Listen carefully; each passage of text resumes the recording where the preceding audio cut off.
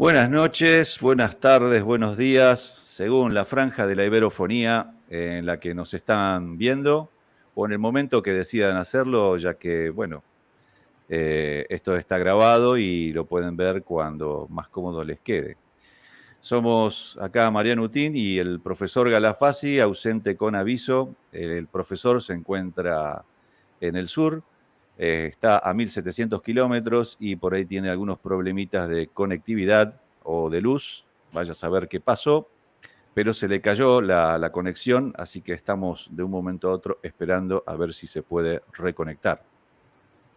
Bueno, los que hacemos esto en llamar crónicos marxianas, intentamos hacer un análisis crítico de la realidad nacional e internacional, y se llama Crónicas Marcianas precisamente porque nuestra realidad parece de otro planeta.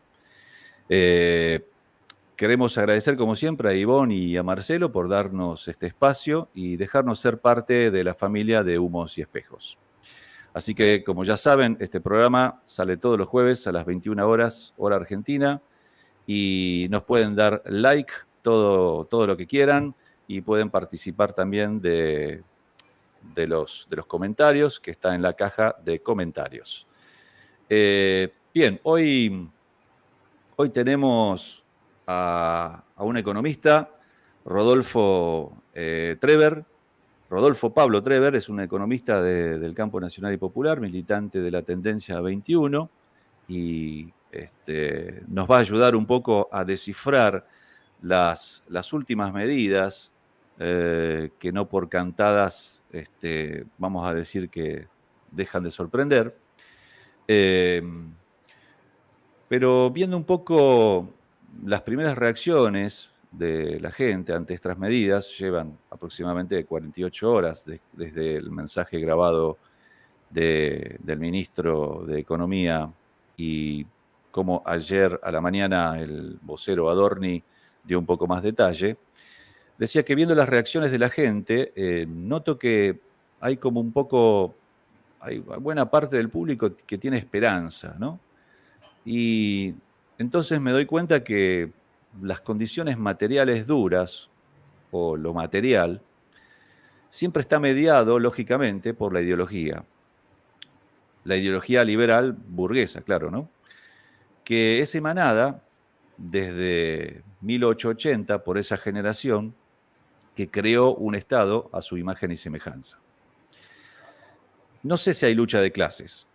Lo que sí hay es una clase, la burguesa, que le declaró la guerra a otra clase, la trabajadora.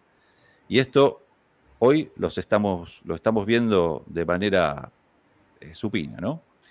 Porque hablar de clase media es hacer sociología. Pero si queremos hablar de política, solo hay dos grandes clases, ¿no? La trabajadora, la que es la constructora material de la sociedad, y la burguesa, acá representada por una lumpenburguesía agraria y financiera. Como dice Warren Buffett, claro que hay lucha de clases, y por lo que veo, la vamos ganando nosotros. Vamos a dar entrada al profesor Guido Galafasi, que ahora se pudo conectar. Ahí estamos. ¿Cómo estamos, Guido? Qué Buenas susto, noches. se cayó Hola. la conexión. Hola, Mariano. Hola, Rodolfo. Un gusto. Hola, Guido. ¿Qué tal? Un problema eléctrico que obviamente me cortó el router. Lo puedo restablecer.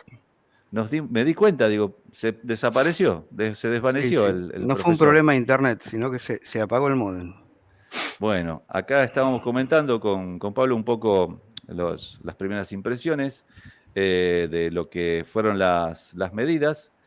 ¿Qué te pareció, Pablo, al escuchar todo esto del ministro Adorni y del ministro de Economía? Una primera aproximación.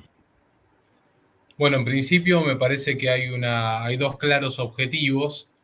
Primero, el beneficio al sector exportador, y no el beneficio al sector exportador desde el análisis básico que se puede llegar a dar en el sentido de, bueno, pero le van a aumentar los aranceles, las retenciones provisoriamente, sino que fíjense que no le aumenta el arancel de exportación al sector agropecuario. Quiere decir que y por otro lado, con la dolarización de las deudas internas, tanto de la LELIX, las Notalix, como también de la dolarización y del pago de la deuda de importadores, genera una creciente dependencia al ingreso del dólar, genera una mayor dependencia de la que teníamos al dólar norteamericano. Eso, sumado al incentivo que se da por el no aumento de las retenciones al sector agropecuario, está dando un claro mensaje de intento de maximizar la reprimarización de la economía que ya tenemos, ¿no?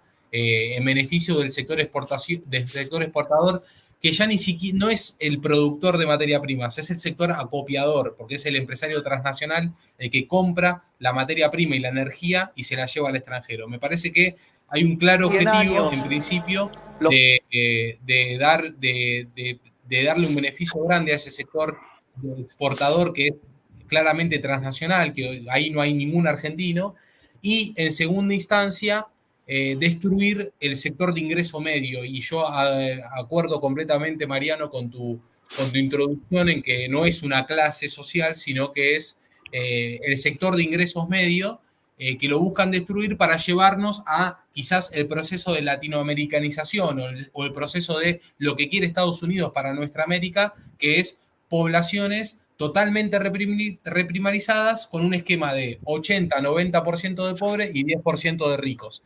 Me parece que las primeras medidas del gobierno de Milei, lo que anunció Caputo, tienen que ver con ir en ese sentido. Si te parece, Guido, Rodolfo, si les parece, vemos un pedacito de este video y seguimos la charla, como para ir introduciéndonos en esta nueva era que no sé cómo calificarla. Ya me ayudarán ustedes. Vamos con el video. Los políticos han insistido en defender un modelo que lo único que genera es pobreza, estancamiento y miseria. Un modelo que considera que los ciudadanos estamos para servir a la política y no que la política existe para servir a los ciudadanos.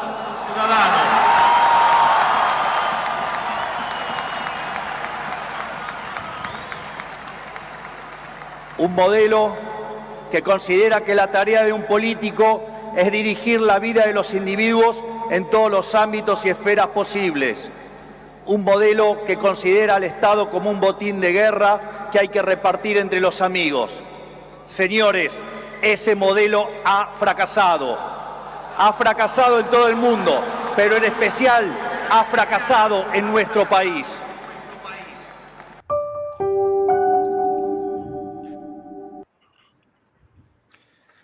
Bueno, ahí dice que hay un modelo en que la política tomaba al Estado como un botín de guerra a repartirse y dice que ese modelo ha terminado porque ha fracasado. ¿Qué reflexión les cabe a todo esto, Guido, y después Rodolfo? Y habla de la pobreza. No, el nivel de hipocresía por la contradicción terrible entre el discurso y los actos, lo cual era esperable, nosotros lo venimos analizando desde el primer programa, es impresionante. La verdad que si no lo escuchara, no puedo, si me lo contara no lo podría creer. Porque hace todo lo contrario de lo que dice, digamos. Ya solo la devaluación del 120%, en un solo día devaluó casi lo mismo que la inflación de un año del desastroso gobierno de Alberto Fernández, ¿no? Esta devaluación del 120% en no mucho tiempo más implicará una inflación equivalente. De hecho, ya lo anunció, digamos, 40% por mes, en 3 meses ya llegamos al 120%. Eso solo ya genera un aumento de la pobreza impresionante.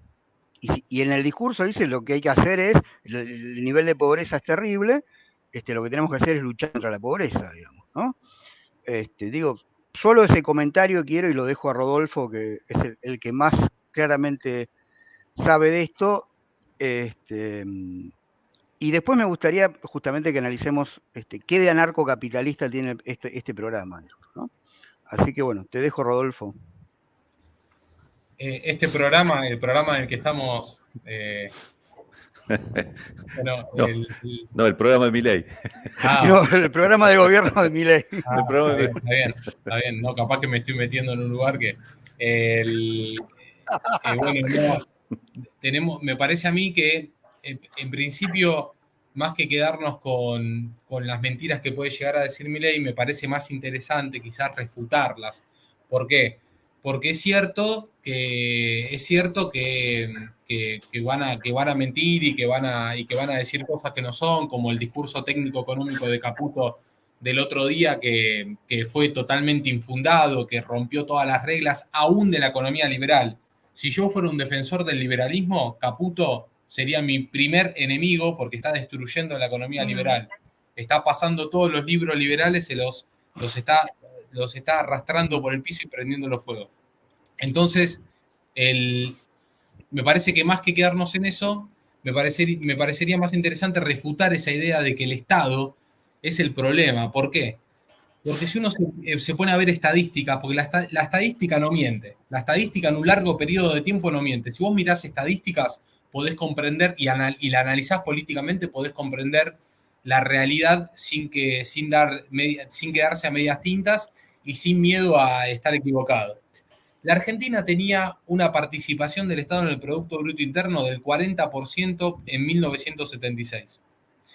La Argentina, en esa participación del Producto Bruto Interno, el Estado Nacional contaba con participación directa en la producción de los sectores estratégicos de la economía. Tenía el IAPI en el comercio exterior, tenía el Banco Central administrando el ahorro nacional, cosa que desde el 77 con la Ley de Entidades Financieras no lo hace. Perdió su función principal de administrar el ahorro nacional, hasta el 76 lo hacía.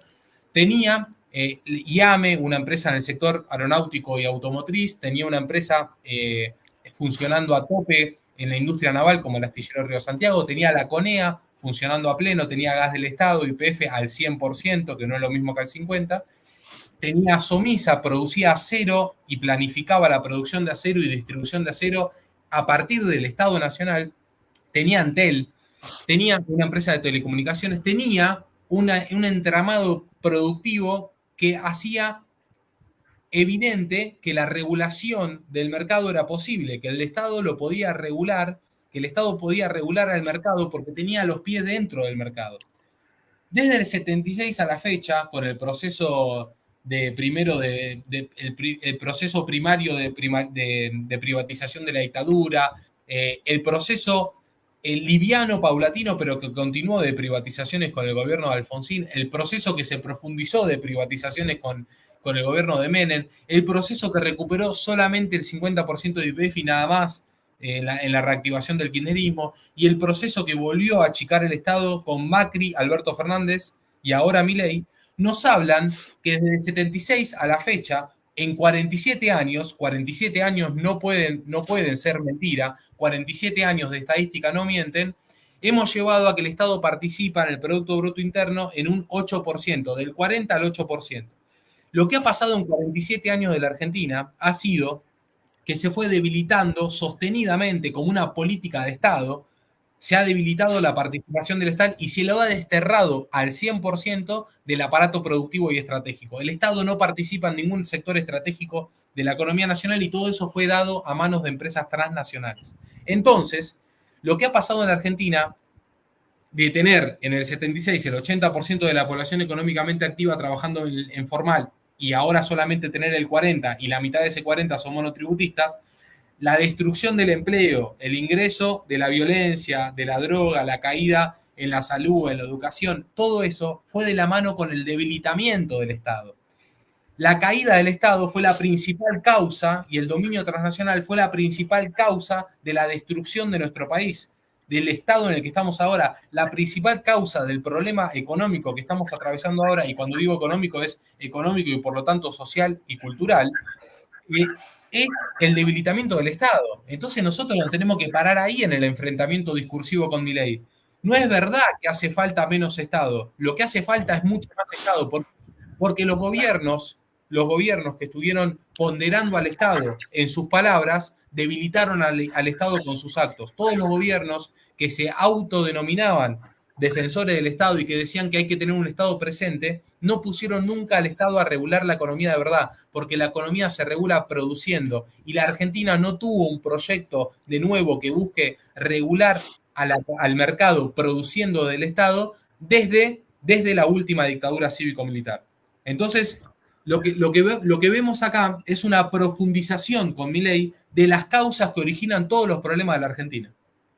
Ahora, acuerdo con la apreciación que estás haciendo. Perdón, Sí, Mariano, sí, perdón. sí. Excelente, totalmente de acuerdo, excelente el análisis. Uh-huh. Y digo, lo importante también es ver cómo es que se produce esto, digamos, ¿no?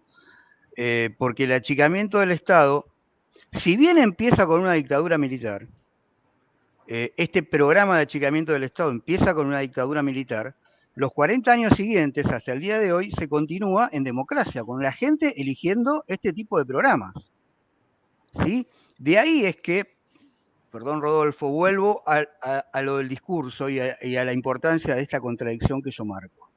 Digamos, porque los votantes, la mayoría de la gente se queda con el discurso, la realidad no la ve. Este análisis, la mayoría de los ciudadanos, en general no lo hace, porque al mismo tiempo, disculpen los que nos ven, si insisto, hay una despolitización de la ciudadanía en general, que tampoco es casualidad, digamos, ¿no? O sea, ya no es más necesario dictaduras para instalar este tipo de programas. A ver, yo en estos días he tenido la suerte de recorrer distintas provincias y en todos lados he encontrado el mismo discurso en los negocios, supermercado, entre el carnicero y quien compra, el cajero, el almacenero y la gente que compra. Y no estoy hablando de negocios en los countries, negocios, supermercado de barrio y negocio de barrio. Y el discurso es siempre el mismo, ¿no? Bueno, sí, tenemos que darle tiempo, hay que tener esperanza, esto era necesario, si no iba a explotar terriblemente, si no la inflación que se venía era terrible, y de un día para el otro tenemos 40% de inflación o más. Estos discursos calan hondo, digamos, ¿no? Entonces, ese programa que vos describís de achicamiento del Estado, Rodolfo, se logra de una determinada manera, que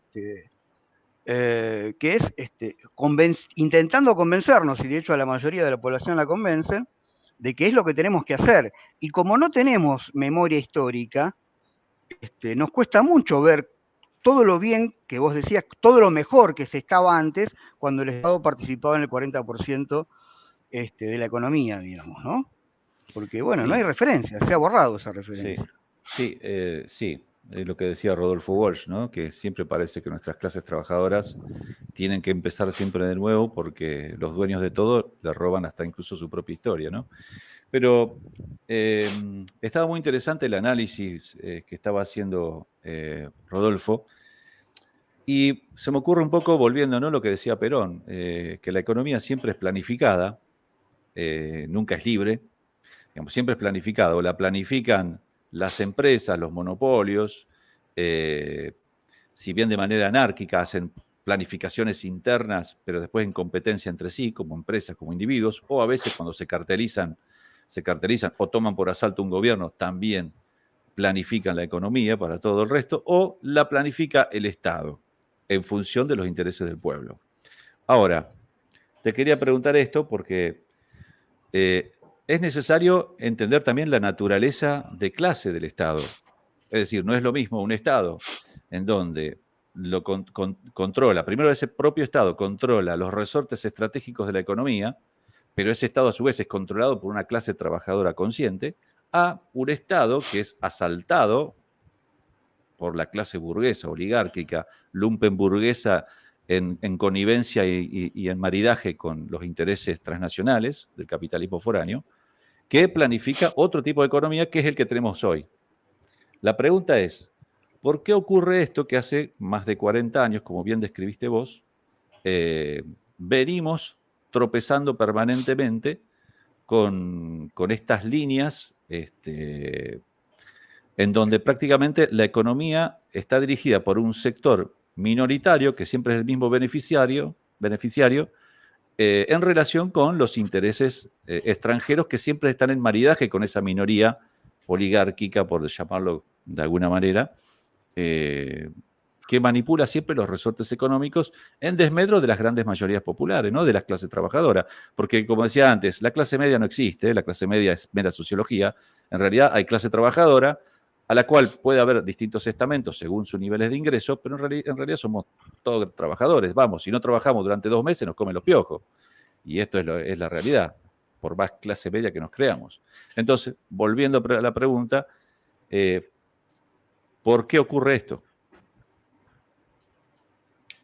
Bueno, uno de los resortes fundamentales para que esto se dé con total impunidad, y que tiene que ver con lo que iba a aportar sobre lo que comentaba Guido, es que cuando Guido comenta, bueno, más allá de que volvió la democracia, ese modelo de fondo ha permanecido en estos 40 años de democracia.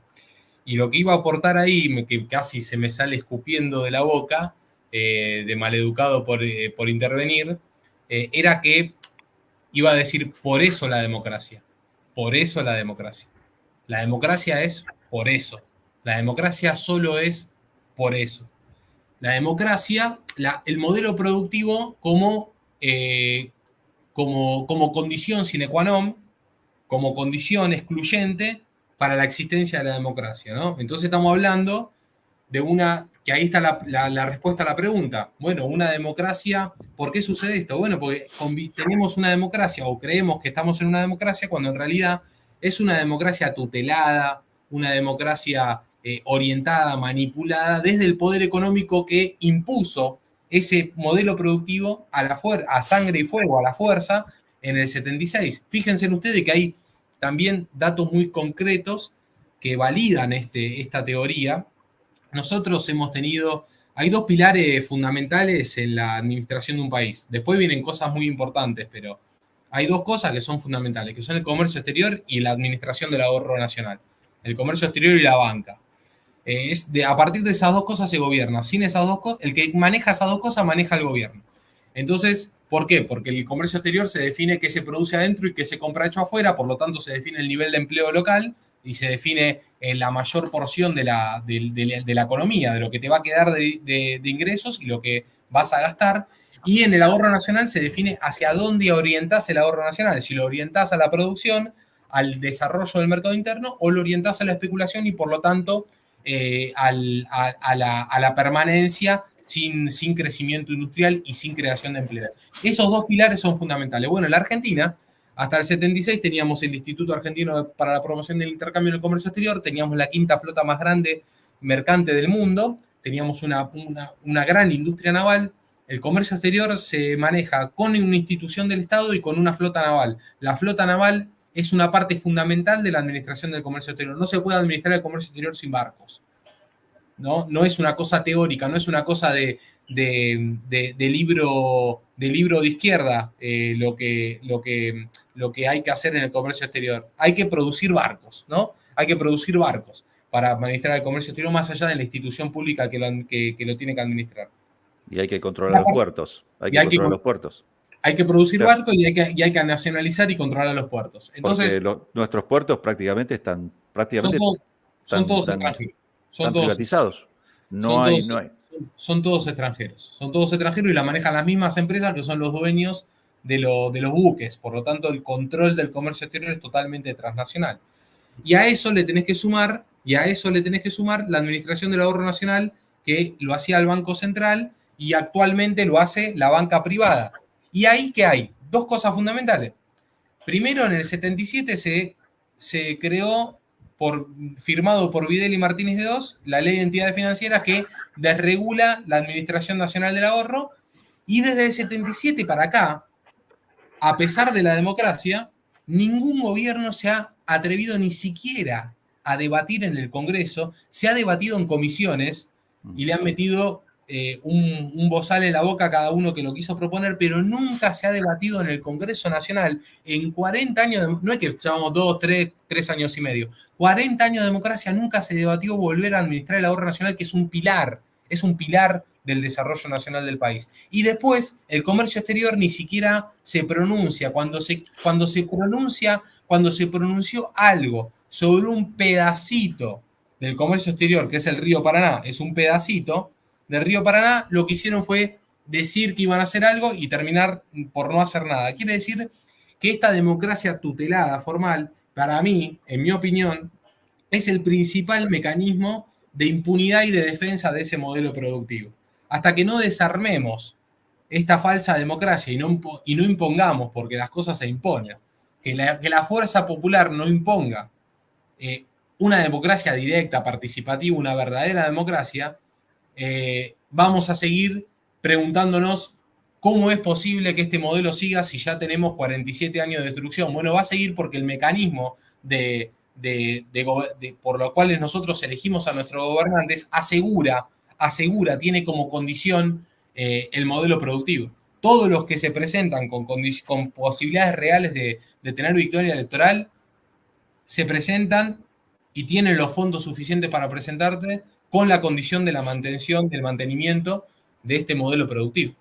Es decir, hay como una especie de entidad censora o que te debe aprobar, ¿no? Que son básicamente los grandes grupos económicos y los grandes intereses económicos transnacionales, nacionales, pero también transnacionales, que son como una especie de junta examinadora. Es la Comisión Internacional Electoral. Sería muy bien definido.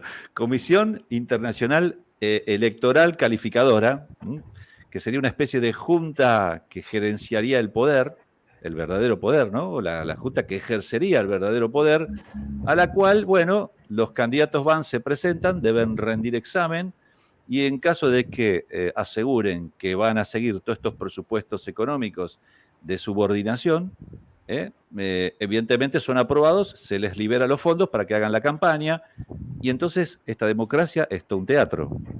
La democracia que vivimos no es una democracia popular, no es una democracia verdadera, porque en realidad no se preocupa de los temas de fondo, como son lo que planteaste vos, la cuestión del comercio exterior, la cuestión de si nacionalizar o no los recursos y el ahorro de los argentinos, el tema de los puertos, el tema de los resortes estratégicos de la economía. Eso nunca se discute. Y tenemos una sucesión de gobiernos democráticos que parece que son titanes en el ring, que se suben en el ring y uno se pega con el brazo derecho y otro se pega con el brazo izquierdo, y entonces parece como que se pega la derecha contra la izquierda, una división totalmente artificial como para que la tribuna aplauda, pero en realidad los problemas de fondo, estos problemas estratégicos de nación, para dejar de ser colonia, digamos, nunca se discuten. ¿Qué quiere decir esto? Que hay evidentemente una naturaleza de clase que gobierna realmente de facto, mientras tenemos una democracia que en realidad es una escenografía. Si me permiten, podemos ir pasando para compartir un video que trata de los legisladores de La Libertad Avanza para ir viendo cómo ellos justifican lo que viene y de alguna manera nos iluminan, ¿no?, de lo que van a hacer. Luego escucho decir la verdad. Lo dijo en una parte, en una frase muy exacta y precisa. Prefiero decirles la verdad, una verdad que tal vez sea incómoda y a veces hasta dolorosa, pero la verdad así, a decir una mentira que solo surte efecto para el marketing político. Pues bien, tenemos un presidente que abrió ya la caja de la herencia y que está contando lo que tenemos hoy en cuestiones económicas y sociales. Estamos en una situación sumamente delicada desde el punto de vista económico y por supuesto también social, y hay que tener mucha responsabilidad porque las medidas que sigan van a ser una consecuencia de este trazado que tenemos hoy, de este marco, de esta economía sometida totalmente al déficit fiscal y sobre todo el mayor temor que tenemos nosotros, que es lo que venimos observando hace meses, por eso no podíamos todavía saber cuáles medidas iban a tomar, que es la inflación. Una inflación que ya termina el año en 3 dígitos, en rigor, una marca histórica que no alcanzábamos los argentinos desde los años 80 y que se lo debemos a la gestión que está saliendo. Justamente Bueno, déficit fiscal, inflación, la verdad. claro, de toda esta verdad que estuvimos hablando recién, Rodolfo, Guido, de este 40% de participación del Estado a reducción del 8%, de eso no hablamos. ¿Cuál es la verdad? ¿Es la verdad esta la del déficit fiscal? ¿Qué es el déficit fiscal? ¿Acaso es una causa que intentan agitar como para justificar todo lo que quieren hacer? ¿Por dónde van los tiros? Bueno, Guido, si me cedes lo comento yo. ¿Querés contestarlo Sí, primero? sí. No, por favor. Hay dos lugares, me parece a mí, donde hay que atacar en este caso para contrarrestar estos discursos que claramente son falsos. El primer lugar es que el primer lugar es una cuestión técnica que hasta la defienden los liberales. Y estos mentirosos, porque no le queda otra palabra, inventan una teoría que no existe, que nadie se ha atrevido a escribir. La ley de oferta y la demanda y las variaciones y las inequidades entre oferta y demanda que generan problemas económicos consta de dos factores. La demanda, que se acrecienta con la emisión de moneda, la demanda crece cuanto más moneda pones en el bolsillo de los trabajadores. Uh-huh. Y la oferta crece cuanto más producís, ¿verdad?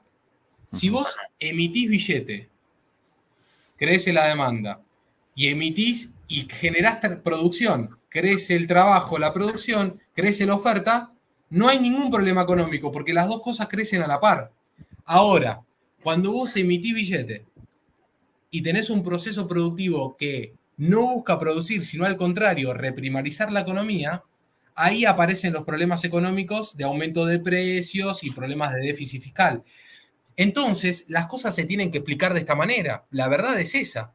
¿Por qué? Porque si vos explicás solamente que el problema es el crecimiento de la demanda y no explicás que en realidad el problema no es el crecimiento de la demanda, el problema es que vos estás haciendo crecer la demanda, pero tenés que hacer crecer la producción. Entonces, ¿cuál es el problema?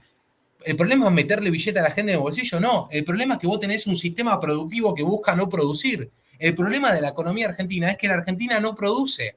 El problema no es la emisión de peso, el problema es el modelo productivo de economía primarizada. Primero eso para tirarle una bomba en la cabeza a estos liberales de papel, contrarrestando con teoría liberal, porque la que dije recién no es economía de... No es economía clásico, es lo clásico, es lo clásico. Es Adam Smith. Adam Smith. Adam Smith. Ahora, y tiene razón Adam Smith. En ese punto tiene razón. Ahora, la pregunta es, discúlpame, ahí te pongo un puntito. ¿Por qué quieren primarizar la economía? ¿Cuál es el motivo de decir, no queremos industrializar, no queremos inversiones ni reinversiones en la industria, no queremos un país industrial, queremos primarizar la economía? ¿Por qué? No hay ningún objetivo de interés nacional en eso. El objetivo es claramente beneficiar a actores extranjeros. ¿Por qué?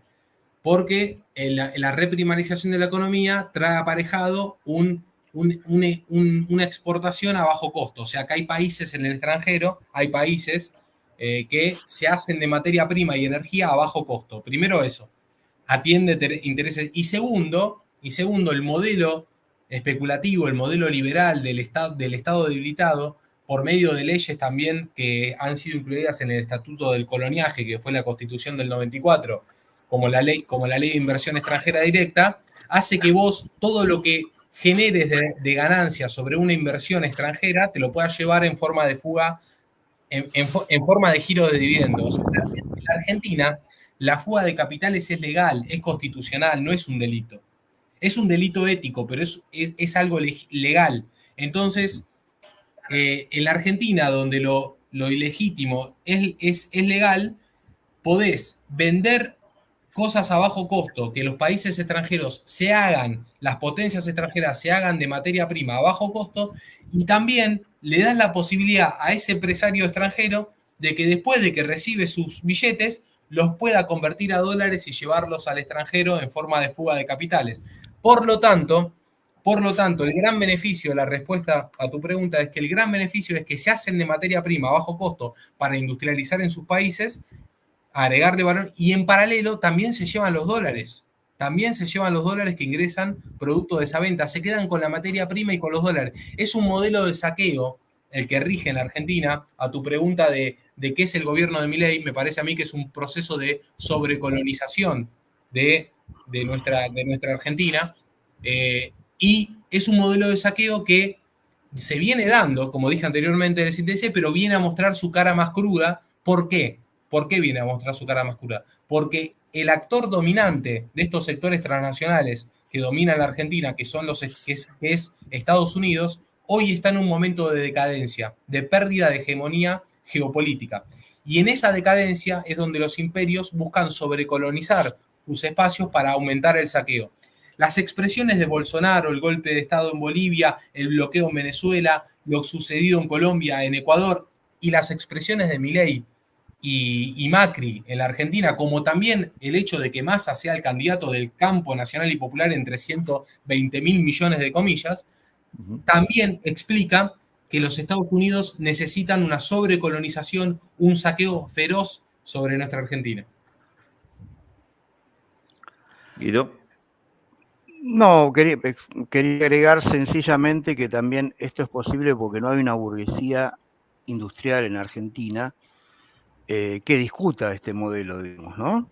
Entonces es muy fácil imponerlo, tal cual como nos aclaró Rodolfo. Sí, yo porque agrego, en Brasil, sí. digo, en Brasil Sí. quizás más difícil, claramente, ¿no? Porque la burguesía industrial brasilera tiene cierto peso relativo.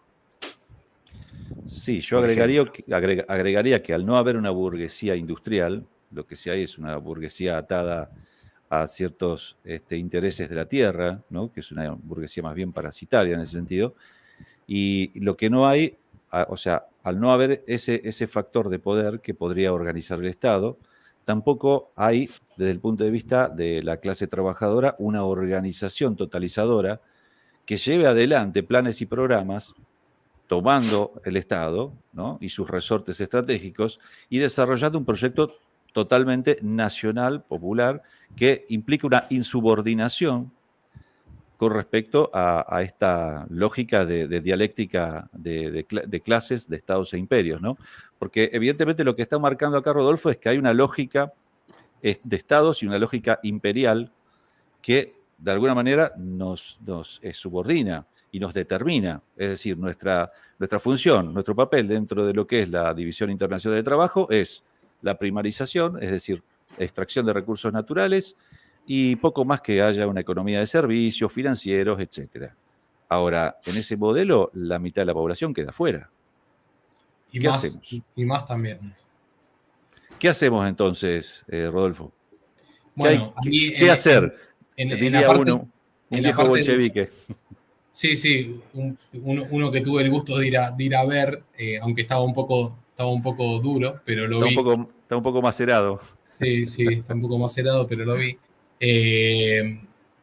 Tuve el gusto. El que hacer me parece a mí que luego de tantos años de crisis, de ir profundizándose la crisis de representación política, y también procesos que el imperialismo ha adoptado, como la incursión de las redes sociales, el gran impacto que tienen estos nuevos medios de comunicación y de creación de sentido que han desarrollado, ha logrado una sociedad altamente atomizada. Entonces, en la desorganización popular radica la posibilidad de avance de estos sectores. Me parece a mí que no es la tarea hoy, la tarea militante, y ya no la tarea militante solamente, la tarea del pueblo, ¿no? La tarea del común del pueblo que quiera reaccionar ante este esquema de saqueo, es, el primer paso es encontrarse, empezar a crear comunidad, encontrarse, porque sin organización popular, sin organización política detrás de la lucha que hay que dar, los resultados nunca van a ser un cambio de modelo productivo. Me parece a mí que la tarea urgente de hoy es organizar políticamente la lucha que naturalmente se va a dar.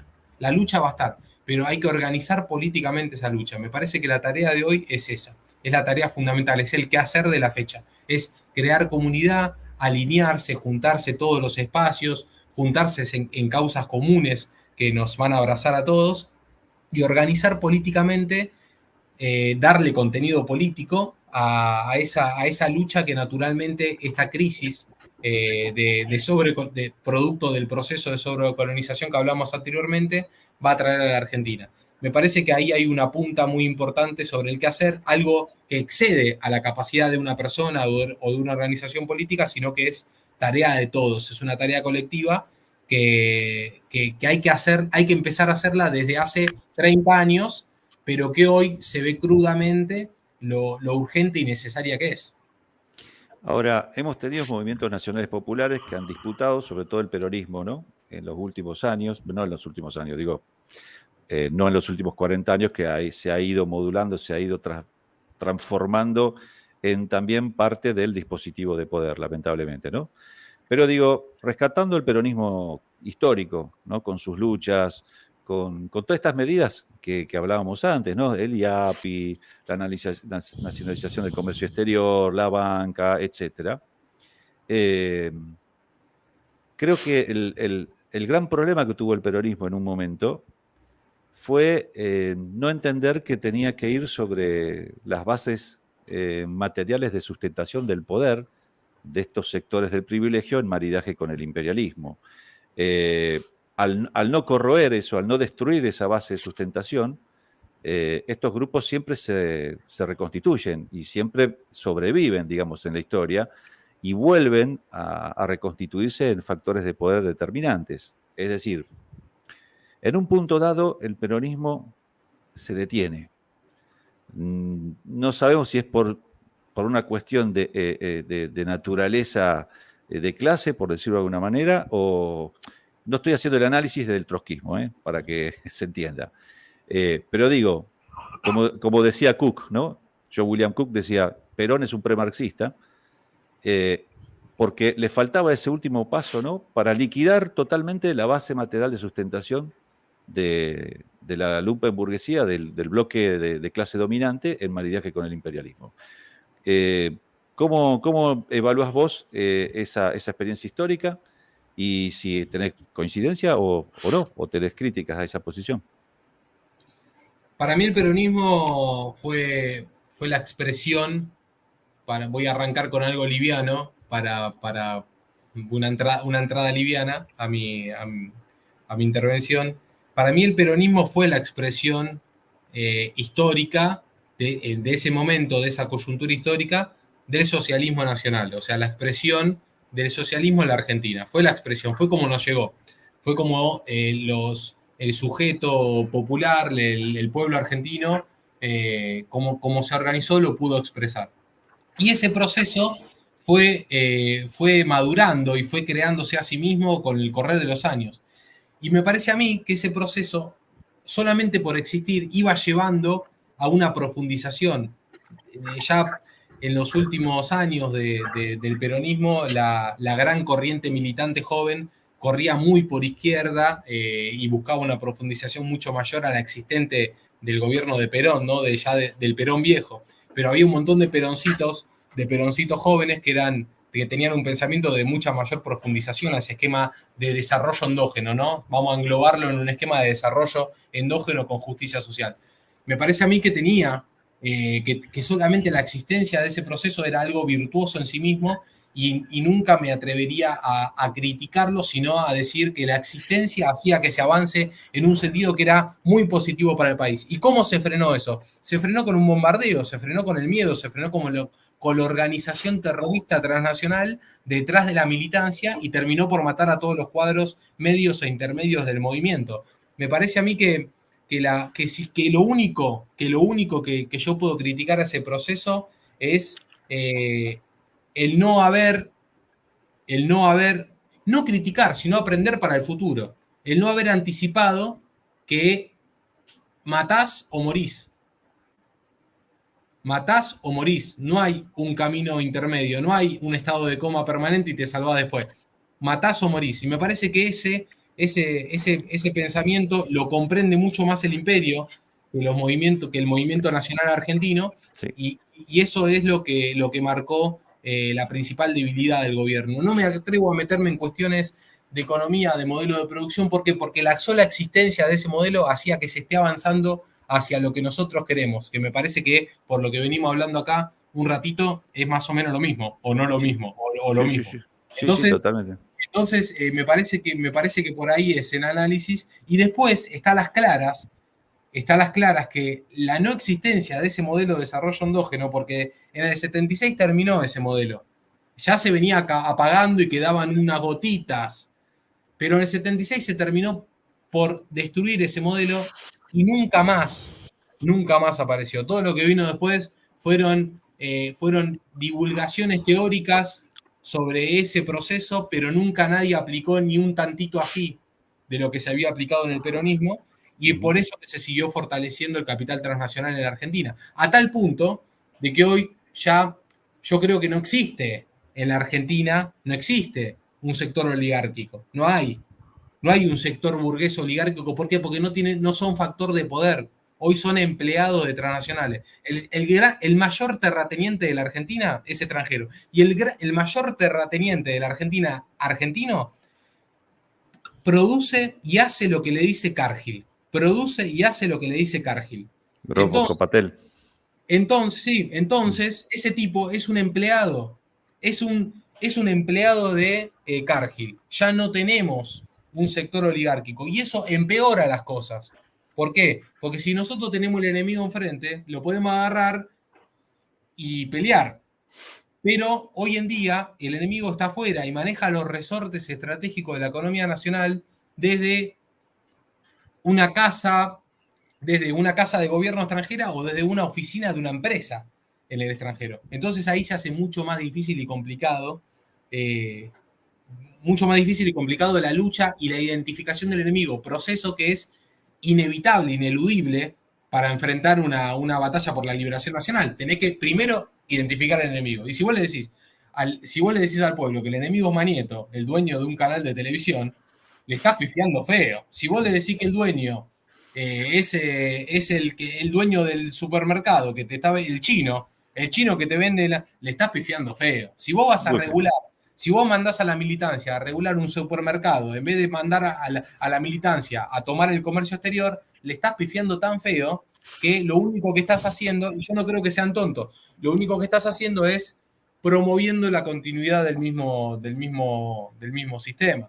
Me parece que ahí hay un montón de puntas donde aprender, donde ser mucho más estricto en el discurso para esto, ¿no? Para que cuando pueda haber una organización política de la militancia, como pudo haber en estos procesos que hubo desde la vuelta a la democracia, que sea que nosotros peleemos porque sea con un contenido político verdaderamente revolucionario. ¿Por qué? Porque si nosotros entendemos, luego de todo lo que hablamos recién, que estamos en un proceso de Argentina colonial, que tenemos instalado un modelo de saqueo y que hay un proceso de sobrecolonización en la Argentina, nosotros tenemos que asumirnos ya como, si nosotros estamos en contra de eso, ya sos un militante nacional, popular y revolucionario. Te tenés que asumir ya desde ese lugar. No podés ser un intermediario entre el enemigo y el pueblo, porque eso te lleva a ser cómplice del enemigo. Me parece que ahí hay un montón de cosas que nos fue enseñando la vida democrática esta, que hemos caracterizado anteriormente, donde no podemos volver a cometer los errores 1, 2, 3, 4 veces, porque ya pasás de ser un equivocado a ser un terrible otra cosa. Pelotudo. Sí. Sí, yo no quería que capaz que el canal, yo qué sé. No pasa nada. Sí, pero Rodolfo, el tema... Ya Fontana Rosa dijo que no hay malas palabras. Sí, Guido.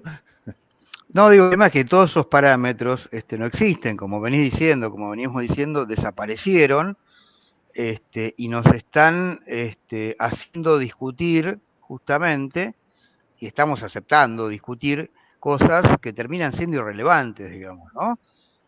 Mientras definen los lineamientos fundamentales de este plan de saqueo, nosotros nos pasamos discutiendo tonterías. Vos dijiste dos cuestiones centrales, que es el comercio exterior y la banca. Y como bien vos dijiste, eso no se discute, no solo no se discute, ni se habla del tema. ¿Sí? Ninguno de los gobiernos, ni siquiera el más progresista, el supuestamente más progresista, el kirchnerismo, puso eso en debate y claramente esos doctores son los que se vienen llevando más del 90%, digo, la enorme mayoría de la torta, digamos, ¿no? Estos gobiernos mucho más de derecha lo favorecen mucho más, ¿sí? Pero eso no es un proceso exclusivamente argentino, viene ocurriendo en todo Occidente. Muy interesante lo que planteas, Guido, porque muy interesante porque hay en eso de ponernos a discutir boludeces también hay mucho que aprender, porque el otro día hablábamos con mi mujer, que es pobre, una víctima de mis pensamientos políticos así crudos, más frescos. Le comentaba, cuando Macri habilita, Macri y no otra cosa, habilita el debate sobre la ley de aborto en el Congreso, se moviliza por una causa justa, a mi entender, puede ser que otros piensen lo contrario, se moviliza a centenares de miles de militantes, de compañeras, de compañeros a la calle. Y hay todo un aparato mediático que está detrás de la discusión del aborto. La realidad es que el aborto a los sectores del poder les importa una mierda, no les importa nada. Es el último tema que quisieran debatir y no les importa si es gratuito, si es pago, no le importa a ninguno del sector del poder económico. Pero mientras tanto, mientras que Macri habilitaba el debate en el Congreso de algo que llamaba la atención masiva de la militancia, estaba sellando el acuerdo con el FMI por 45.000, en realidad 55.000 millones de dólares, sin ninguna garantía de para qué iba a ser usado, una deuda totalmente ilegítima y que rompía los propios estatutos del FMI, y lo hacía y se hizo gracias, porque hay que decirlo en estos términos para que se entienda, se hizo gracias al desvío de la atención popular en la ley del aborto. Y ahora, yo estimo que va a pasar lo mismo. ¿Por qué?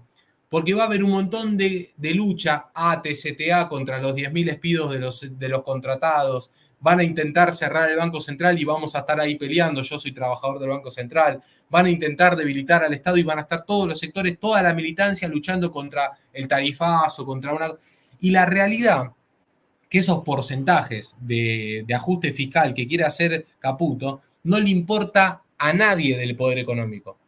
Van a ser todas desviaciones de la atención popular, porque en realidad lo que vienen a hacer en esta nueva etapa de profundización del proceso en esta etapa de sobrecolonización es avanzar con cosas, para mí, 3 o 4 cosas fundamentales. Licencias abiertas para la explotación de nuestra cordillera, para que se explote la cordillera como lo hizo Chile y Argentina nunca lo hizo. Licencia abierta para la extracción de litio en crudo.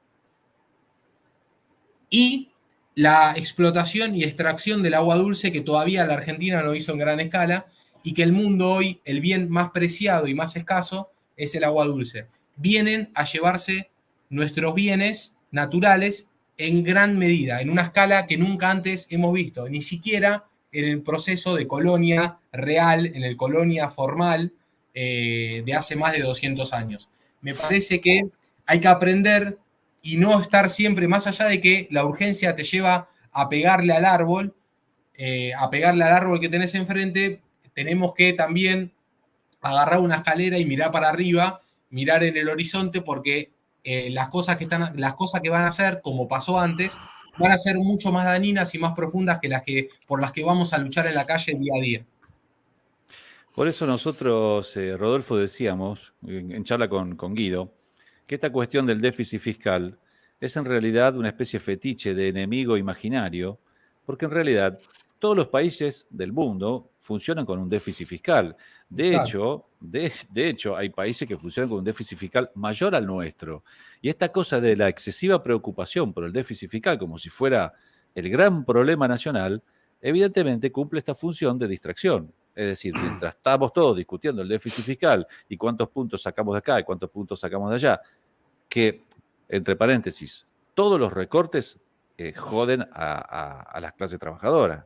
Digamos, acá no hay ni una política a favor excepto la elevación de de la asignación universal, que aumenta un 50% en un contexto en donde ya te metieron una devaluación del 120%.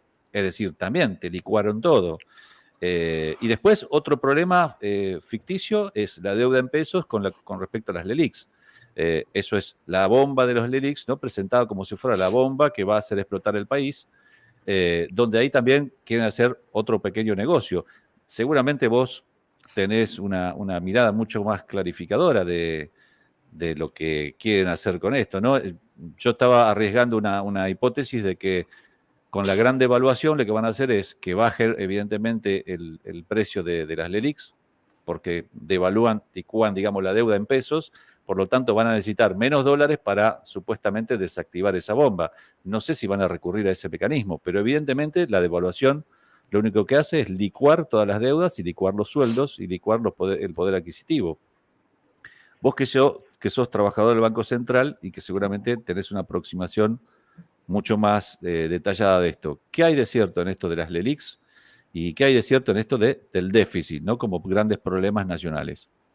Bueno, la primera parte coincido completamente con todo lo que dijiste. Para mí es como dije anteriormente, son estas bombas de humo que ponen para por detrás ir por los principales objetivos de estos gobiernos de profundización de saqueo. El déficit, es más, es casi tonto desde el punto de vista estadístico, matemático, porque lo que se propone bajar del déficit fiscal es una porción mínima del superávit comercial que vamos a tener el año que viene. Por lo tanto, lo que se ahorra el Estado argentino con estas medidas tiene mucho más componente de distracción y de dolor social que van de la mano con lo que realmente económicamente va a producir para la Argentina, desde el punto de vista numérico, ¿no? Eso por un lado. Y por otro lado, el de las LELIQ, primero que los bancos nunca pierden. Ahí sí encontramos alguna diferencia. Los bancos nunca pierden. Entonces, ¿qué hicieron los últimos meses? Fueron pasando las LELIQs, que eran de 30 días, de 60 días, la pasaron a pases pasivos de un día. Por lo tanto, ya las LELIQs, en términos de problema, en términos de bomba a explotar en 30 días, no existe. Ahora todos los pases, toda la plata del sistema especulativo está puesta a un día. A un día. Se renueva todos los días, está puesta a un día. Paga interés del 100% anual, pero todo puesto a un día. Quiere decir que para mí lo que van a buscar hacer con ese gran stock de plata inmovilizada, que es plata de los argentinos, no es plata de los bancos, la tienen los bancos, pero es plata de los argentinos. Por eso después voy a dar una explicación de para mí lo que se debería hacer por ser plata de los argentinos.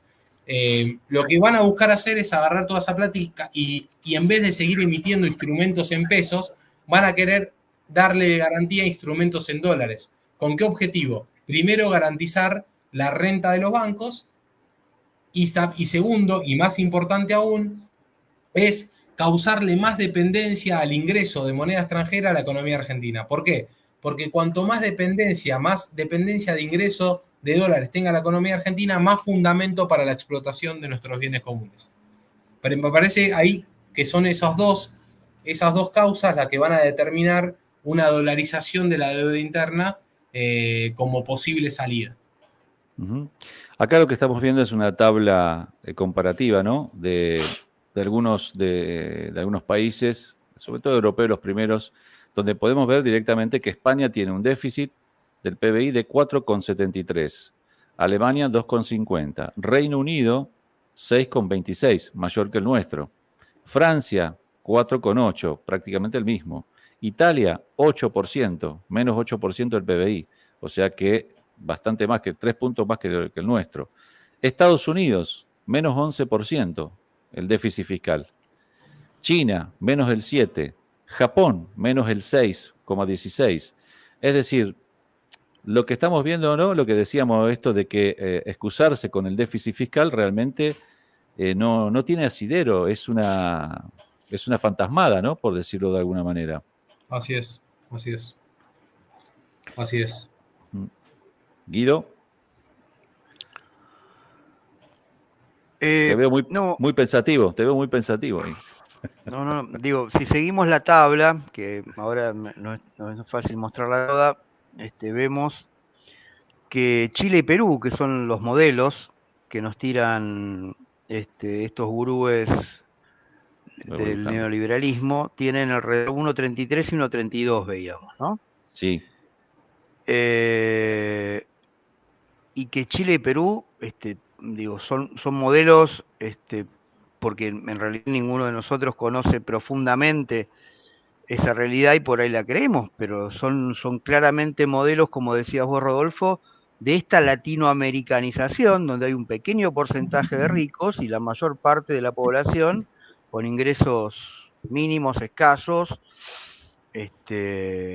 donde la diferencia entre clases es terrible, y el déficit que tienen ellos es bajísimo, con lo cual, claramente, el nivel del déficit, como bien planteaste vos, Rodolfo, y acabas de decir, Mariano, no tiene que ver estrictamente con la calidad de vida de la mayoría de la población. Sí, ahora ellos propagandizan todo el tiempo, ¿no? Chile y Perú son estos dos modelos idílicos en donde el gasto público o el déficit, ¿no?, es bajísimo. Ahora, la gran polarización que tiene la sociedad es tremenda y la clase media no existe en estas sociedades. O sea, a lo que va dirigido todo esto es a destruir el poder adquisitivo de la clase trabajadora y reducir la clase media a la nada misma y que quede solamente un sector mínimo que es el que gerencie, digamos, esto que se llamaría un país, que en realidad sería una gran colonia de donde se saquearían todos los recursos posibles, ¿no? Digamos, este es el modelo al que nos quieren llegar. Y en contraposición, veíamos en el cuadro que los dos países que lideran la producción y la economía del mundial, que son China y Estados Unidos, son los que tienen mayor déficit de todos, digamos, ¿no? Es que naturalmente una economía que funciona bien tiene déficit fiscal. ¿Por qué? Porque anteriormente les explicaba la relación entre oferta y la demanda, la relación verdadera, no la que explica Caputo. La relación verdadera de demanda con pesos emitidos y de oferta con producción. Pero ¿qué pasa? ¿Qué va primero? ¿Primero se emite? ¿Quiere decir que aumenta la demanda o primero se produce? ¿Cómo producís? Emitiendo. Entonces la relación lógica, secuencial, del desarrollo económico es que primero aumente la demanda y que después la oferta vaya caminando, corriendo o volando, depende del nivel de desarrollo, vaya a emparejarla. Pero siempre la relación es así. Crece la demanda, emisión de pesos, en un modelo de desarrollo, donde esa emisión va a la producción, ¿no? Crece la demanda, va creciendo la oferta. Crece la demanda, va creciendo la oferta. Y va creciendo así. Y este es un modelo de desarrollo que funciona. Entonces, en esa línea entre el crecimiento de la demanda y el crecimiento de la oferta, esa línea es el déficit fiscal. Entonces, siempre una economía en desarrollo es fiscalmente deficitaria. Es una burrada decir que la Argentina necesita déficit cero. Y más aún es una burrada decir que la Argentina necesita un plan de ajuste, porque no tenemos dólares. En los 47 años, desde el 76 a la fecha, Argentina tuvo un superávit comercial acumulado, esto es exportaciones menos importaciones, tuvo un superávit comercial acumulado de 209.000 millones de dólares. En la Argentina ingresaron 209.000 millones de dólares más de los que ingresaron por compras. Y en el medio... ¿Dónde están? En el medio de estos 47 años, te agrego algo, en el medio se tomaron 150.000 millones de dólares de deuda. Quiere decir que... Hay un sobrante de 50.000. Hay un sobrante de 50.000, entonces 259.000 millones de dólares tenemos de excedente. Entonces, el problema no es que no hay plata, el problema es que se la fugan, que hay un modelo productivo que está preparado para la fuga de capitales. Entonces, el problema es la fuga de capitales. Entonces, ya después de un largo rato de charla, identificamos el problema del debilitamiento del Estado, el problema de la ocupación de los sectores transnacionales, de los sectores estratégicos. Y ahora el problema de la fuga de capitales. 3 causas principales de la debacle económica argentina. No es el déficit fiscal, no es que no hay plata, no es la existencia del Estado. Esas tres causas son erróneas. Y es más, y la última, que me parece a mí que es el momento de esto, de contrarrestar los discursos, ¿no? la última es que el gran ladrón, el más corrupto, estafador y ladrón,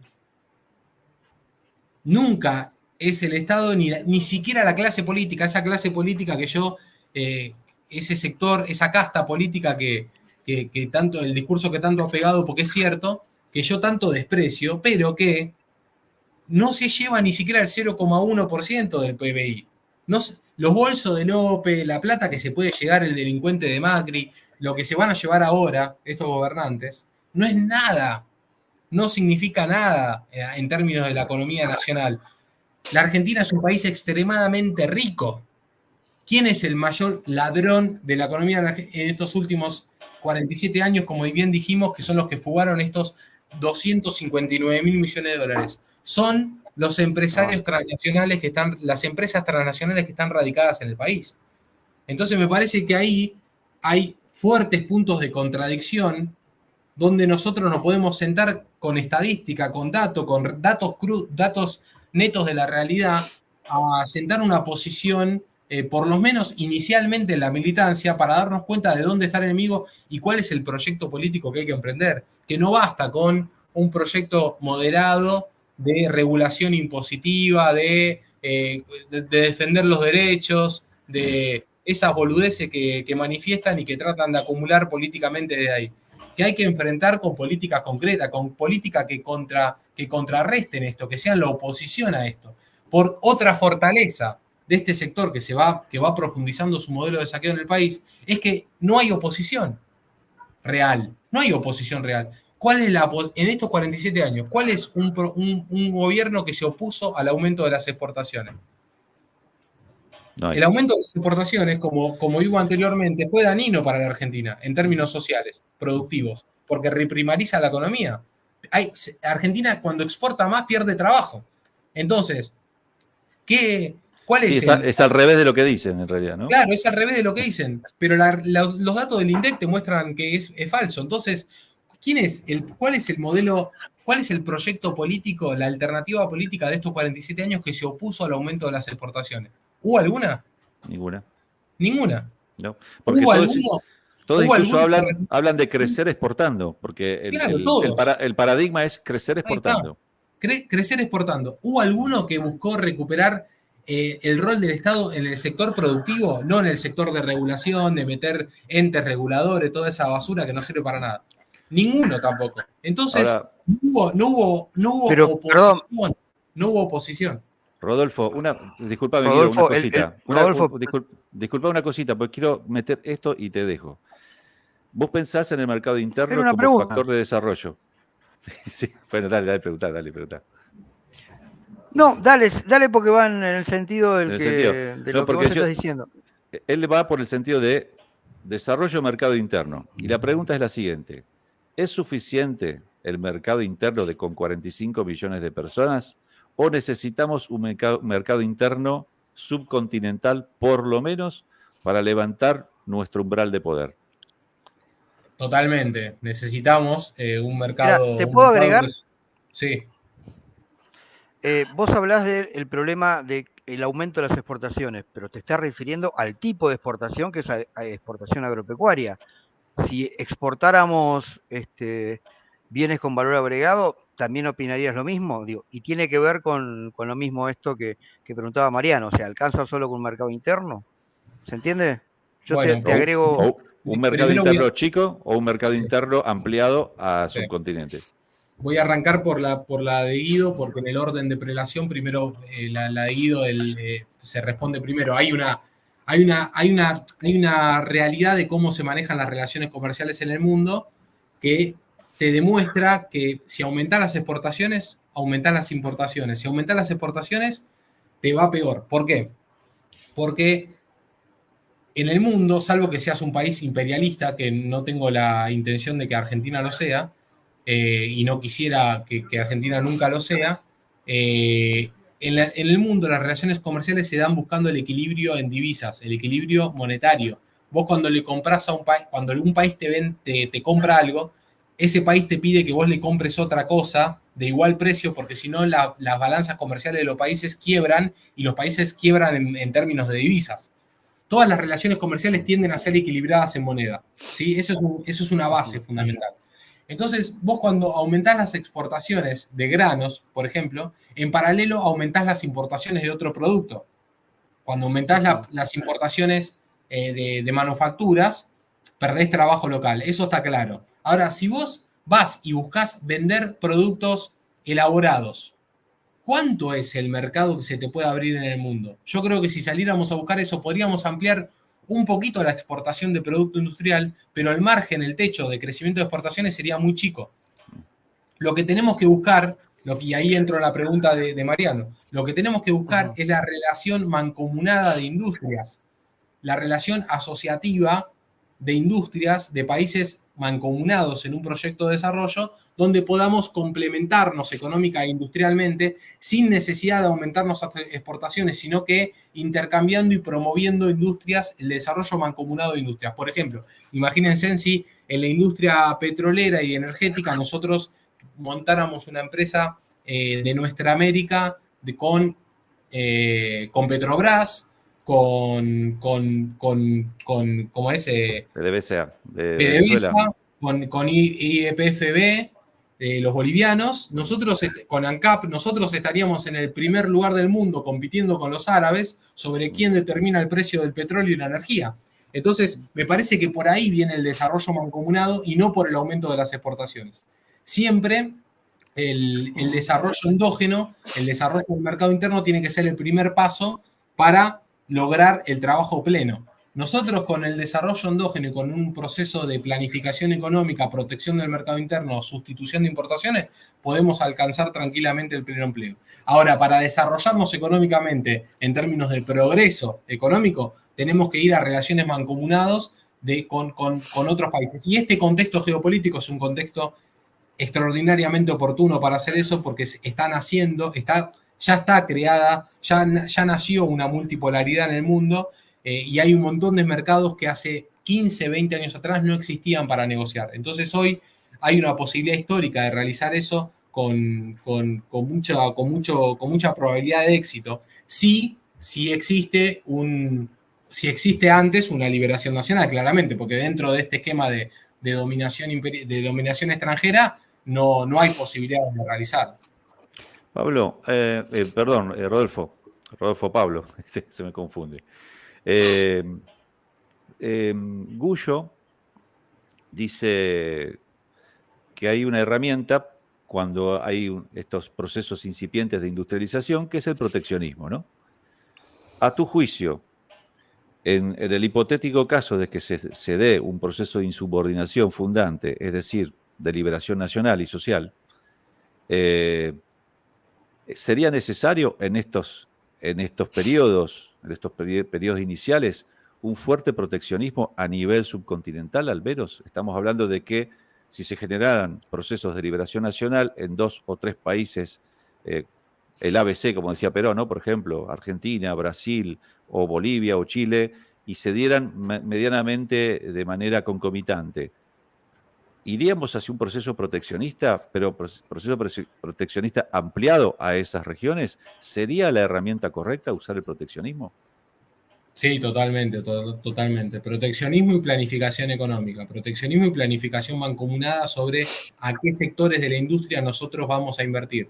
Es decir, dónde somos complementarios y fortalecer ahí complementariamente. Dónde es fuerte uno y débil el otro y ahí que invierta ese país. Y así planificar la economía mancomunadamente. Y sí, el proteccionismo, no hay ningún país del mundo que se ha desarrollado con otro modelo económico que no sea el proteccionismo. Estados Unidos se desarrolló en base al proteccionismo. Alemania lo mismo, Francia lo mismo. No hay un solo caso de una economía que se desarrolló naciendo del liberalismo.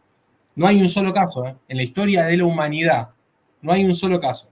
Entonces, está claro que inicialmente siempre tenés que ser, yo lo sería toda la vida, siendo sincero, porque no soy imperialista, pero los países tendieron a ser liberales luego de que tomaron posición dominante de mercado o que sus industrias podían arrasar con otros. Entonces ahí pasan a ser liberales, pero el liberalismo es una forma de política económica, de geopolítica económica, de interés imperialista. Porque si vos no tenés un interés imperialista de subordinar a otro, nunca vas a liberar la economía. Siempre vas a tratar de, a través de medidas proteccionistas y de relaciones equilibradas, mancomunadas con otros países, mantener la industria viva de cada uno de los países del planeta, porque la realidad es que el interés, la vocación, la voluntad política de la persona no puede ser que coman en tu país y que trabajen en tu país y que en el país vecino se mueran de hambre y estén en la calle. La voluntad, el sentimiento político que uno tiene es que cualquiera sea la persona en cualquier lugar del mundo, trabaje y coma bien. Guido. No iba a preguntar nada. No más preguntas, señor juez. No, ahora no tengo ninguna pregunta. Quedan muchas cosas fuera.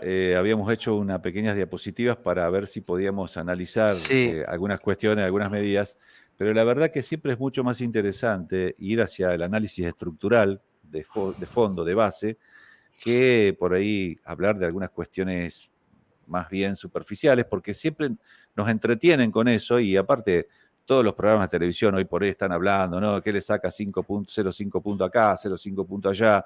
En definitiva, si uno hace un resumen, es para joder a los laburantes y para juntar unos mangos para poder hacer sus negocios financieros, abaratar de alguna manera y beneficiar a los sectores exportadores primarios, destruir la industria. Esto es un industricidio, ¿no? Las medidas que están tomando ahora, porque es insólito. Le aumentaron el dólar, le generaron una devaluación brutal. Todo lo que se compran con los insumos, o sea, las empresas tienen que comprarlo a valor dólar, le aumentaron el doble el dólar, o sea que es cada vez más pesado. Y encima le gravaron las exportaciones industriales. Digamos, le pegaron un tiro en la nuca a la industria. Por lo tanto, van totalmente en contra de lo que estamos hablando acá, ¿no? De lo necesario que es un proceso radical y revolucionario de industrialización a gran escala. Acá están haciendo todo lo contrario. Así que es mucho más interesante hablar de estas cuestiones que, digo yo, ¿no? Ver los numeritos y cómo quieren llegar al déficit fiscal, que en definitiva lo que estamos desenmascarando acá, y esto es lo interesante de este programa, y no hablar de las medidas en sí que están analizando en otros lados, es interesante ver el fondo, ¿no? Develar realmente la esencia de lo que hay detrás de todo esto que nos están haciendo pasar como lo necesario, ¿no? No hay alternativa, están diciendo. ¿No hay alternativa a qué? Y en todo caso, Rodolfo, ¿cuál sería la alternativa?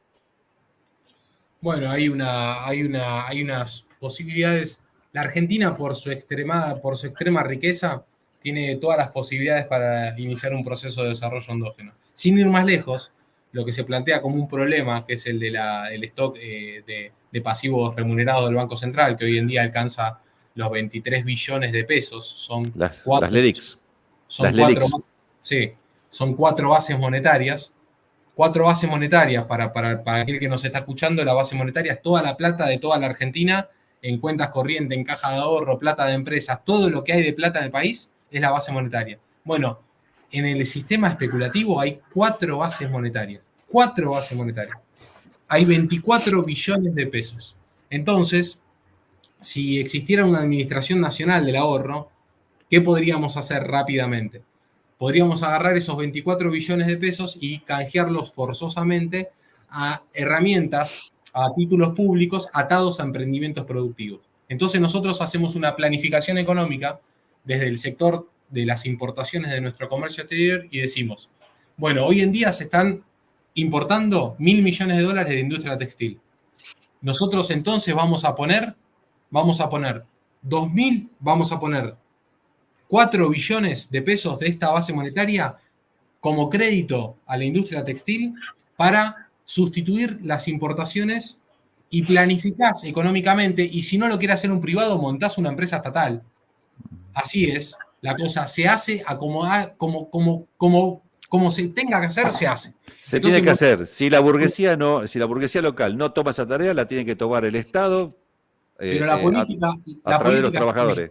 La política se tiene que hacer. Entonces vos determinás un crédito productivo de 4 billones para sustituir los dólares y los puestos de trabajo que estamos importando de textil. Lo mismo hace con el plástico, lo mismo hace con los autopartes, lo mismo hace con todos los sectores industriales, planificando la economía, juntándote con los trabajadores, juntándote con las empresas nacionales, juntándote, agarrando el conglomerado de capacidad productiva que tenés en el país.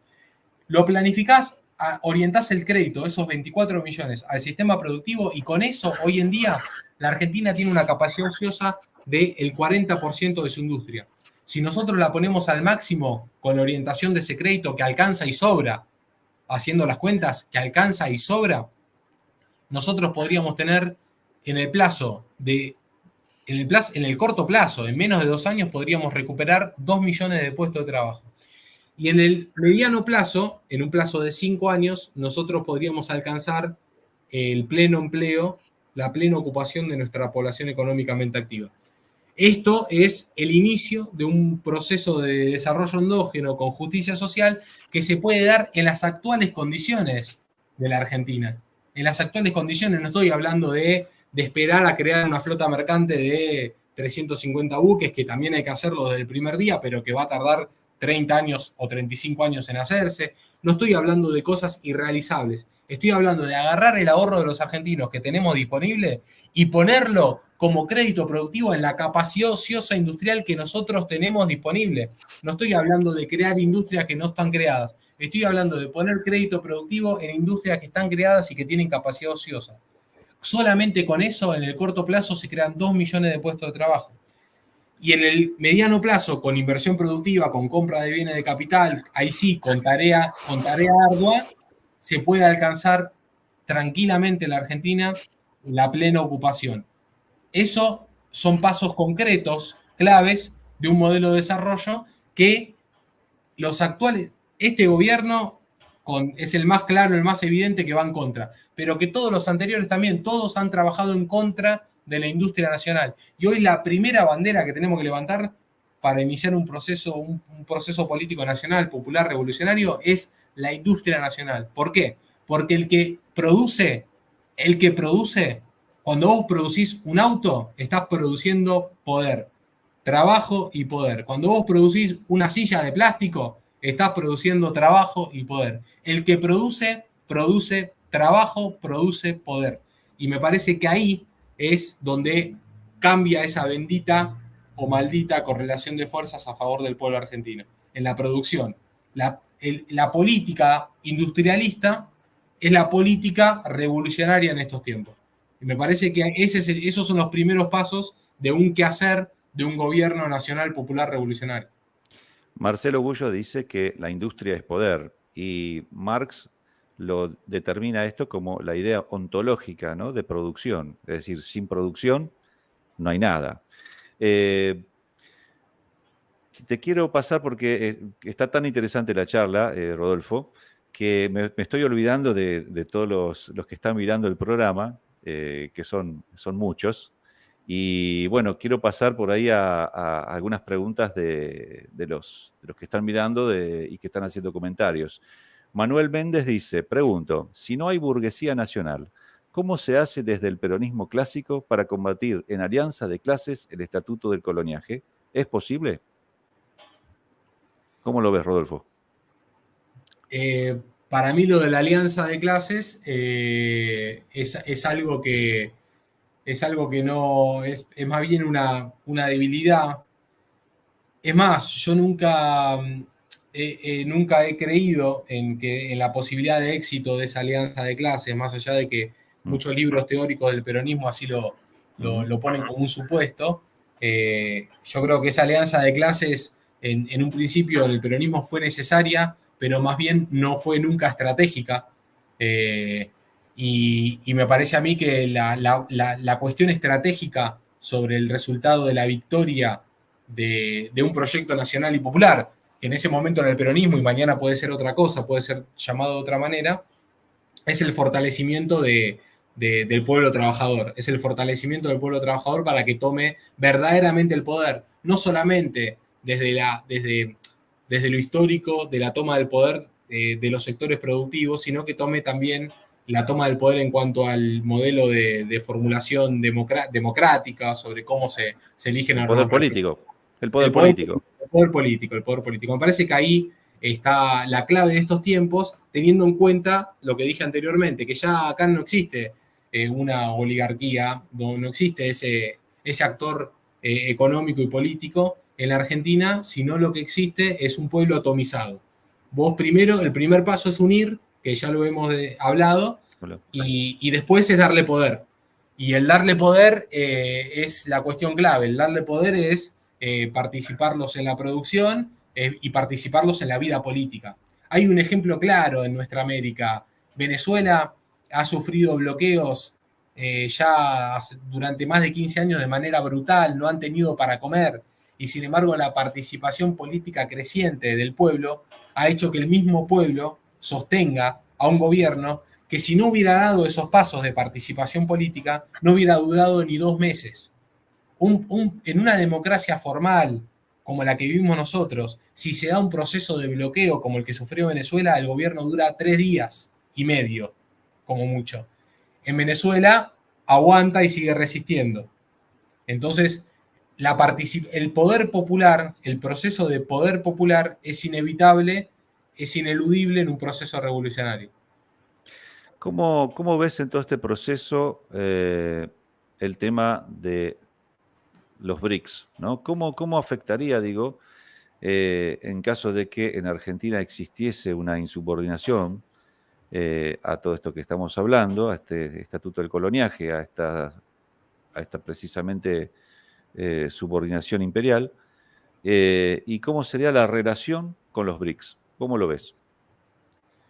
Los BRICS es un lugar donde se puede hacer el bien o el mal para un modelo de desarrollo nacional. Si vos podés entrar a los BRICS como un proveedor de materia prima, y el BRICS te abraza si vos entrás como proveedor de materia prima.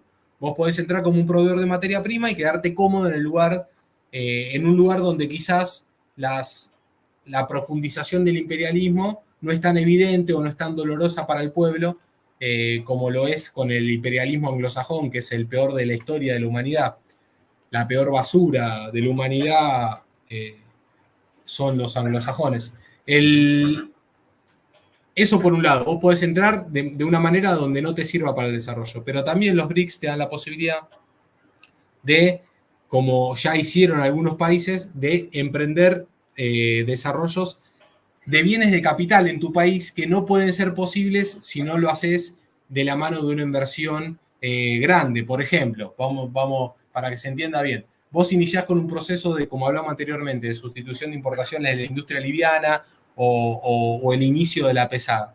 Y en un momento vos necesitas un gran caudal de divisas para hacer inversiones de capital para ir a industrias más complejas, la industria química, por ejemplo, o la industria nuclear, para cambiar el modelo energético, que también es necesario.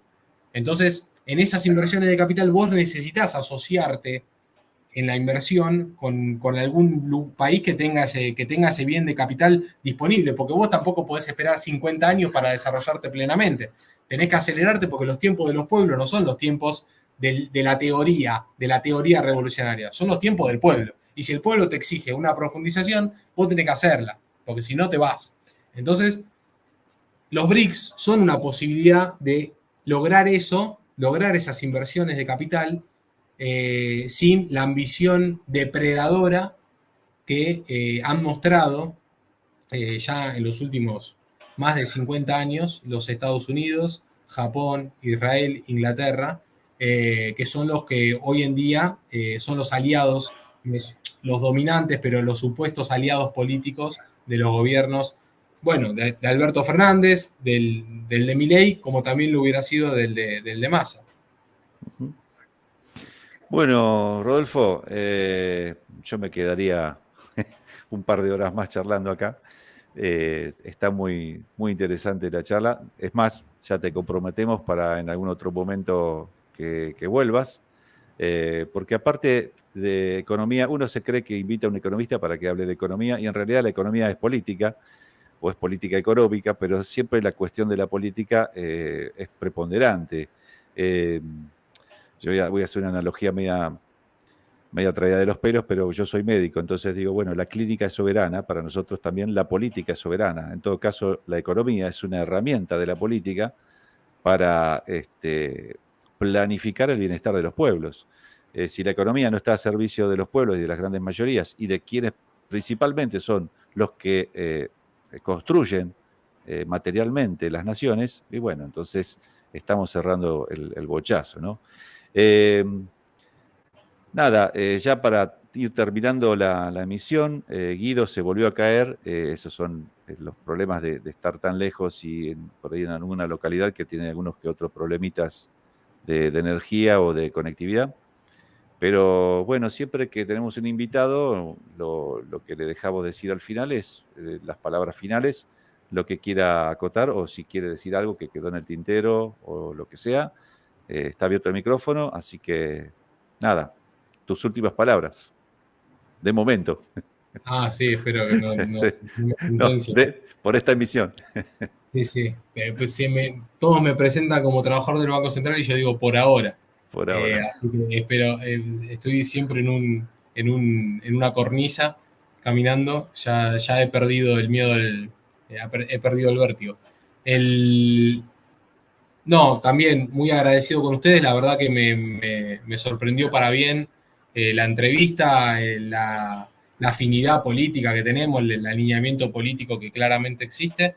Me encantó. Suelo hacer entrevistas que no son muy buenas y esta me parece que salió muy rica en términos de discusión política. Espero que le haya gustado a los compañeros, a las compañeras que hayan estado viendo, escuchando y los que van a escuchar y ver en los próximos días. Les mando un saludo, un abrazo a cada uno de ellos y me comprometo también a continuarla en un próximo evento porque bueno, está muy interesante y siempre cuando se llega a este nivel de profundidad política quedan muchas cosas por tocar y para eso se necesita tiempo. No se puede ir de la mano con la liquidez del pensamiento que nos propone el sistema actualmente. Así que bueno, totalmente a disposición y el agradecido soy yo. Gracias a ustedes por darme el espacio y bueno, como dije inicialmente, muy satisfactoria la charla. Me gustó mucho el nivel de debate que se dio. Bueno. Espero que le haya gustado a los compañeros que lo estén viendo, escuchando. Después me voy a meter ahí en la transmisión para ver los comentarios y responder. Buenísimo. Bueno, sí, quiero decir que también has honrado este programa, estamos muy agradecidos de que hayas participado, muy contentos, y sí, y ver la afinidad total, la sintonía total política, es interesante porque los que pensamos y los que nos duele la patria, creemos que nos tenemos que ir juntando y ir construyendo una alternativa a todo este desastre, porque bueno, nuestro pueblo no se merece esto. Yo creo que se merece otra realidad es posible.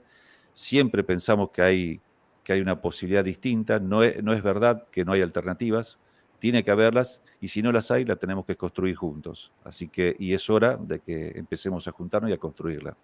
Así que, Rodolfo, un enorme placer haberte tenido acá. Espero que los televidentes hayan disfrutado de este programa, que para mí es un programón, no porque lo haya hecho yo, sino que prácticamente lo hizo el invitado, con lo cual, nada, más que agradecimiento a vos, Rodolfo, a todos los televidentes que nos están bancando, y nada, acordarse que hay que pulgar para arriba, suscribirse al canal, los que puedan, compartir el video con amigos, allegados, familiares, seguir promoviendo esto que estamos haciendo, que es un poco la discusión política, el materialismo político de nuestra parte, y nada,